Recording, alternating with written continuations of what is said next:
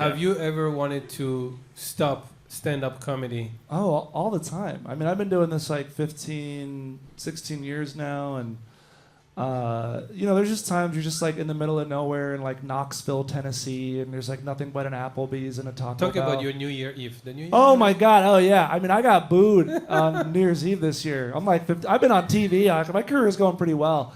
I was doing a show in the South Side of Chicago. It was like a New Year's Eve show, and there was two shows. There's a Friday night show and there's a Saturday night show. Friday night show went great, but then Saturday night I just changed my setup a little bit, and like I had about 2 or 3 minutes left, and then one woman was like, "Get off the stage!" And then, it was honestly the opposite of a standing ovation if we really think about it.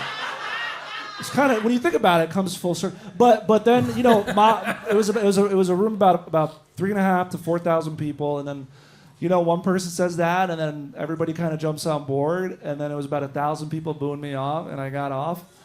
And what you need to know is I went on right after him, and you can imagine what happened. He got a standing ovation. No, but I want to say, do you guys have any? You were talking about that gig you had in. There's so many. People love hearing bad gig stories, which There's is so it's many. weird because it's quite hard for us to relive them, I think, sometimes. But also, what people need to understand is, like, my third gig, I wasn't even booed off stage. I was silenced off stage. That's how bad I was.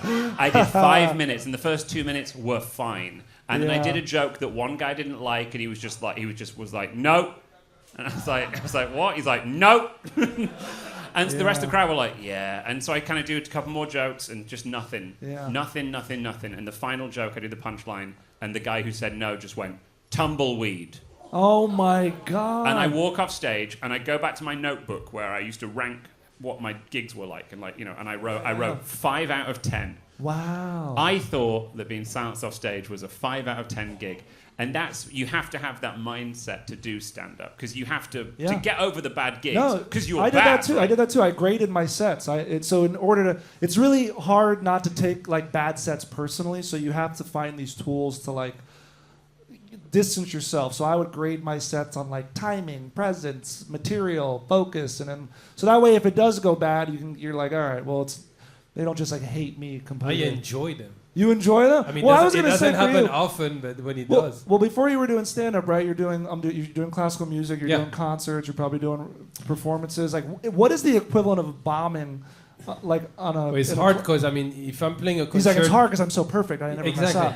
No, but like if I'm playing a concerto and people start laughing, there's a problem. Yeah. So there's not that direct feedback. Is you play for yourself, right? And people applause. That's why I love stand-up, is because that direct, feedback from people. But I started stand-up because I was also looking for the hard times. Because if it was just perfect the whole time, then it would not be interesting. Yeah. I mean, that keeps you spicy, right? Absolutely. It's what happened on New Year. Absolutely. It's like a very humbling thing. I mean, I think you have to be certifiably mad to do stand-up comedy. Oh yeah. Like you really. I mean, and lots of people are. Has anybody here thought of... Like in LA, you go to shows and you're like, oh, that person is unwell. Yeah. Oh yeah, that's most people in Hollywood. You'll see a grown man have a full mental breakdown on stage. You're like, I don't know what's happening. There's a statistic that 33% of stand-up comedians have mental health problems. Oh yeah. Which means that 1 out of us on this stage.